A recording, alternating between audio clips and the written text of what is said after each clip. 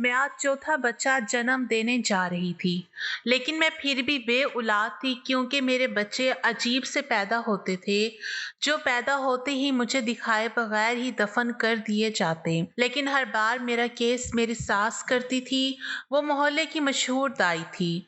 अब मुझे अपनी सास पे ही शक था। यूं जैसे ही मुझे दर्द शुरू हुआ तो डिलीवरी करवाने अस्पताल चली गई। जूं ही मैंने अस्पताल में बच्चा जन्म दिया तो सब अस्पताल वाले चीखें मारने लगे क्योंकि बच्चा आज सुबह से ही मेरी तबीयत खराब थी। मेरे पेट में मेरा चौथा बच्चा था, लेकिन मैं ऐसी बदकिस्मत औरत थी जिसने आज तक अपनी औलाद की सूरत तक ना देखी थी। मैं माँ बनकर भी बेऔलाद थी। मैं चाहती थी कम से कम एक बार मैं अपने बच्चे को देख तो सकूं, उसे गोद में उठाकर महसूस करूं, लेकिन मेरी किस्मत में ये सब नहीं था। लेकिन अब की बार मैंने फैसला कर लिया था, मुझे अपने बच्चे को देखना था और उसके लिए जरूरी था कि इस घर में किसी को कानो कान खबर ना हो। मुझे हल्का हल्का दर्द महसूस हो रहा था। वैसे भी मेरे दिन अब पूरे होने वाले थे, मगर आज तो लग रहा था कि वक्त बहुत करीब है। लेकिन मैं ये बात घर वालों पर बिल्कुल भी जाहिर नहीं होने देना चाहती थी, खास तौर पर अपनी सास से छुपाना चाहती थी।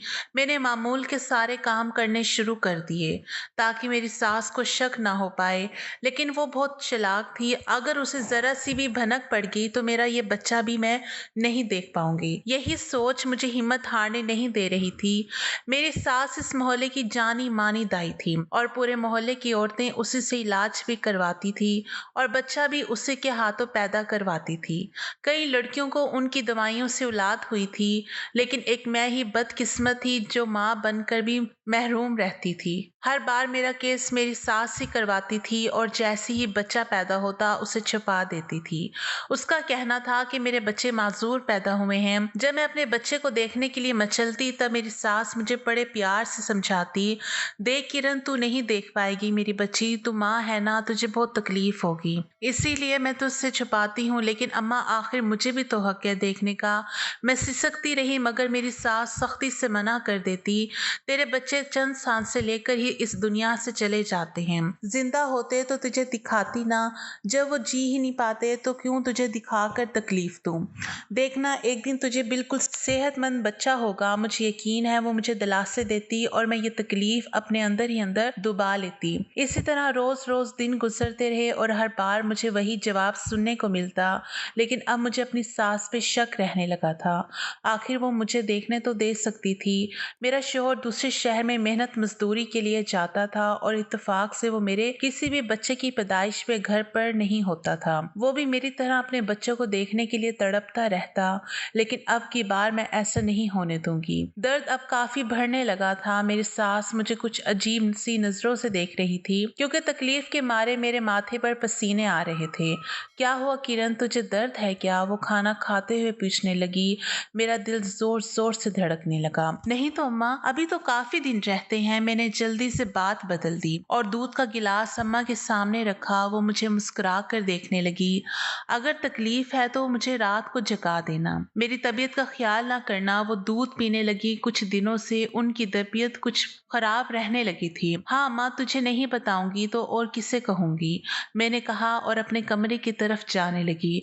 अब दर्द बढ़ता जा रहा था। सास को मैंने नींद की 5 गोलियां दूध में मिला कर दी थी और मुझे यकीन था कि वो जल्द ही गहरी नींद सो जाएगी, क्योंकि वो नींद की गोली कभी नहीं खाती थी, इसीलिए इस पे जल्दी असर होने वाला था। और हुआ भी ऐसा ही। उसने मुझे आवाज दी, किरण, मैं सोने लगी हूँ, बहुत नींद आ रही है, दरवाजे अच्छे से बंद कर लेना।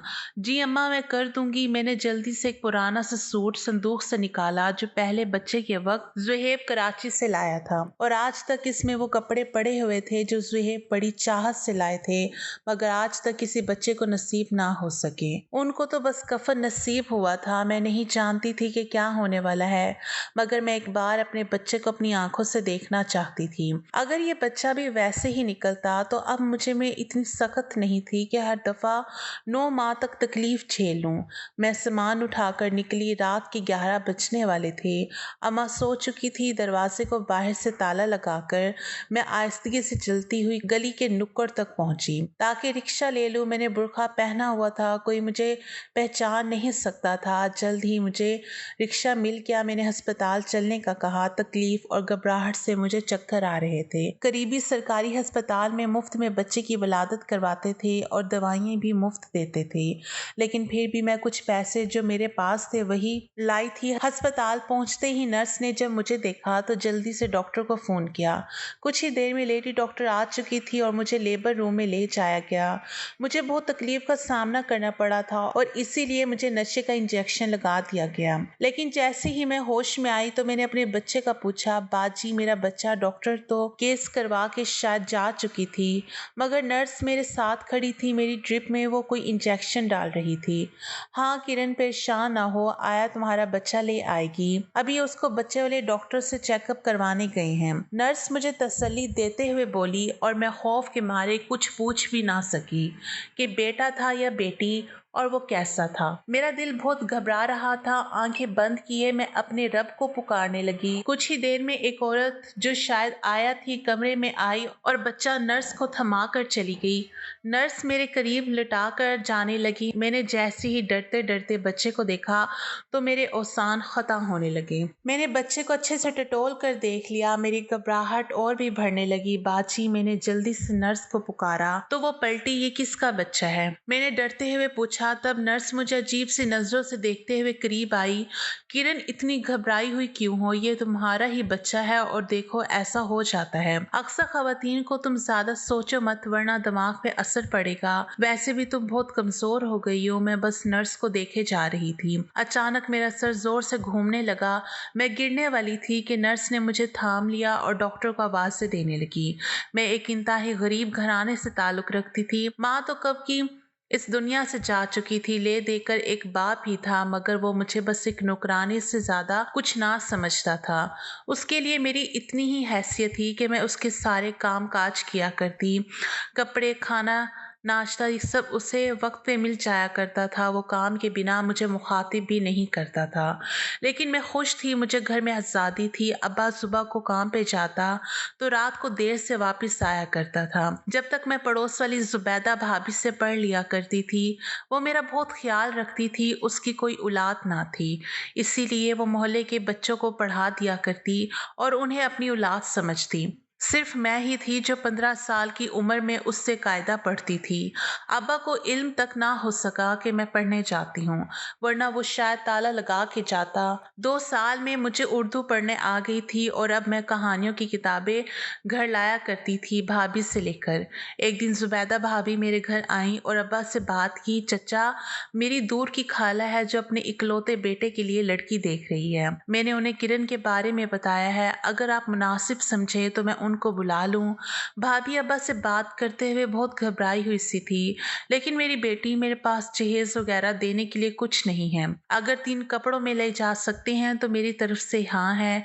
मैं जो दरवाजे की ओर से उनकी बातें सुन रही थी, मुझे शदीद झटका लगा। दुख से मेरी आंखें भीग गईं। अपने बाप के लिए मैं एक बोझ से कम ना थी कि बस देखा ना भाला और बिना जहेज की शर्त वो मुझे किसी के भी हवाले करने को तैयार थे। सारी रात मैं रोती रही। काश अब्बा एक बार कहता कि पहले मैं लड़का देखूंगा फिर हाँ कहूंगा। लेकिन यहाँ तो किसी को मेरी ज़रूरत कहाँ थी। चंद दिन बाद ही सुहेब की अम्मा आई थी और बात पक्की करके चली गई। 1 माह के बाद निकाह की तारीख रखी गई थी। जहाँ अब्बा ने जहेज देने से मना किया था, वहीं लड़के वालों ने भी कोई एहतमाम ना किया था। बस यही काफ़ी था कि लाल जोड़ा और कांच की चूड़ियाँ लाई गई थी मेरी बरी में, और यूं मैं ज़ुहैब की दुल्हन बनकर इस घर में आ गई। ज़ुहैब मुझसे बहुत मोहब्बत करता था। कुछ ही दिनों में मैं भी उसकी दीवानी हो चुकी थी। मुझे ज़रा चैन ना आता जब वो घर से बाहर होता। मैं अपनी सास को अम्मा कहा करती थी कि मेरी माँ जो नहीं थी वो भी मुझे बहुत प्यार और मान देती थी। फिर जल्द ही उन्होंने मुझे जड़ी बूटियाँ खिलाना शुरू कर दी। ये क्या है अम्मा? मैं हैरान थी। अरे बहू, ये ऐसी दवाइयाँ हैं कि जिनसे तू जल्दी उम्मीद से हो जाएगी और मैं अपने पोते पोतियाँ देखूंगी। वो हंसने लगी मैं शर्मा गई। और वाकई उन दवाई से जल्द ही मैं उम्मीद से हो गई और इन्हीं दिनों ज़ुहैब को भी नौकरी मिल गई थी कराची में। वो अपने सेठ के साथ कराची जाने वाला था। मेरा दिल बहुत उदास होने लगा, मगर उसने समझाया कि कब तक अम्मा से मांगेंगे, आखिर खुद भी तो मेहनत करनी है ताकि अपने बच्चे को अच्छी ग़िज़ा दे सकूं। ऐसे ही वो दिलासे देता हुआ चला गया। अब वो हर 2 माह के बाद आया करता, सिर्फ 1 हफ्ते के लिए, मगर वो बहुत कुछ लाता मेरे और अम्मा के लिए। अब मुझे किसी चीज़ के लिए तरसना नहीं पड़ता था। मैं अपने लिए फल वगैरह भी मंगवा लेती थी। और ऐसे ही एक दिन वो वक्त भी आ गया जब मैंने अपने बच्चे को जन्म दिया, मगर मेरी बदनसीबी कि मैं उसे देख भी ना पाई थी। अम्मा ने बताया कि वो बच्चा ठीक नहीं था, उसके जिस्म पे जगह जगह सुराख बने हुए थे और वो मरा हुआ पैदा हुआ था। इन दिनों में नई नई माँ बनी थी तो मैंने भी देखने से मना कर दिया, लेकिन फिर कुछ दिनों बाद ही अम्मा ने दवाइयाँ शुरू कर दी और इस बार भी मैं उम्मीद से हो गई। लेकिन अब मैंने बहुत कहा कि एक बार मुझे मेरा बच्चा दिखा दो, मगर मुझे यही बताया कि वो ठीक नहीं था। खाम खा तुम दुखी होती। जब 3 बच्चे गवा चुकी तो मुझे अब ये ख्याल परेशान किए जा रहा था कि आखिर हर बार ऐसा कैसे हो सकता है, और अगर होता भी है तो मुझे दिखाया क्यों नहीं जाता। यही सोचकर मैंने इस बार अम्मा को नींद की गोलियां खिलाकर अस्पताल जाने का फैसला किया था। बस मेरी यही आरज़ू थी कि मैं अपनी औलाद की एक झलक देख लूं, वरना मेरे दिल में पक्का यकीन था कि मेरी औलाद बचेगी नहीं हर बार की तरह। लेकिन इस बार ये क्या हो गया था? मेरा बच्चा जिंदा था। अब मैं बहुत बड़ी उलझन में पड़ गई थी, क्योंकि वो मैं चोरी छुपे अपना बच्चा लेकर अस्पताल से निकली। मुझे 2 दिन हो चुके थे। यहाँ किसी को इल्म नहीं था कि मैं कहाँ थी। घर को तो मैं ताला लगा कर आई थी, जरूर किसी न किसी ने खोल दिया होगा, मगर मैं कैसे जाऊं अब घर? इन्हीं सोचों में गुम थी कि मुझे एक औरत के रोने की आवाज सुनाई दी। वो रो रो कर फोन पर किसी से कुछ कहती जा रही थी, लेकिन जैसे ही मैं उसकी बातों का मतलब समझी तो मेरे पैरों तले से जमीन निकल गई। मैंने जो सुना था वो मेरे होश उड़ाने को काफी था। अब मैं कहाँ जाऊं?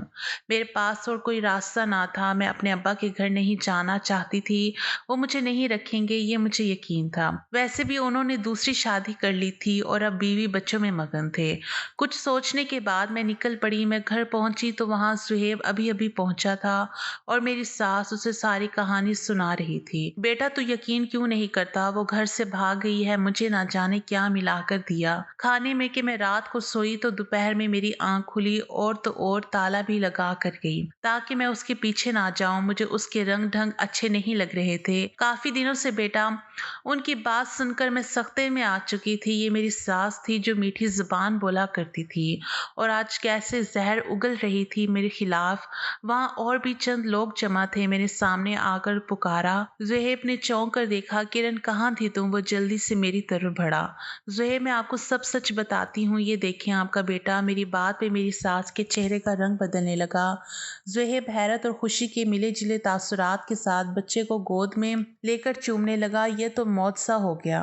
किरण हमारा बच्चा सही सलामत है, वो खुशी से बोला, लेकिन मेरे तन बदन में आग लगी हुई थी। ज़ुहैब ये मौत सा तो पहले बच्चे में ही हो गया होता अगर तुम्हारी माँ हमारी औलाद को अपनी लालच की भेंट ना चढ़ाती।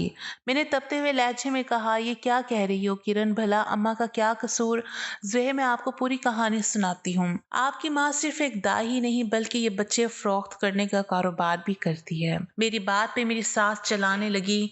झूठ बोलती है, बदबख्त न जाने किसके साथ भाग गई थी और अब किसी और का बच्चा चुरा कर लाई है। ऊपर से मुझ पे इल्जाम दे रही है। बहुत से लोग हमारी आवाज़ें सुनकर जमा होने लगे थे। ज़ुहैब अम्मा ने मेरे 3 बच्चे बे औलाद जोड़ों को फरोख्त किए हैं, और यही नहीं इनका तो इस बच्चे को भी फरोख्त करने का इरादा था। जब मैं अस्पताल में थी तो एक औरत फ़ोन पे जो कुछ कह रही थी वो सुनकर मुझे यकीन ना आ रहा था। वो फ़ोन पे किसी से कह रही थी कि जल्दी से दाई जन्नत के घर जाओ, उसकी बहू को बच्चा होने वाला था, पता करो कि हुआ है कि नहीं। मैंने उसको 2 लाख दिए हैं बच्चे के। जब मैंने दाई जन्नत का नाम सुना तो मैं दंग रह गई, लेकिन वो औरत जब घर का पता बताने लगी तो मुझे यकीन हो गया, क्योंकि वो हमारे ही घर का पता बता रही थी।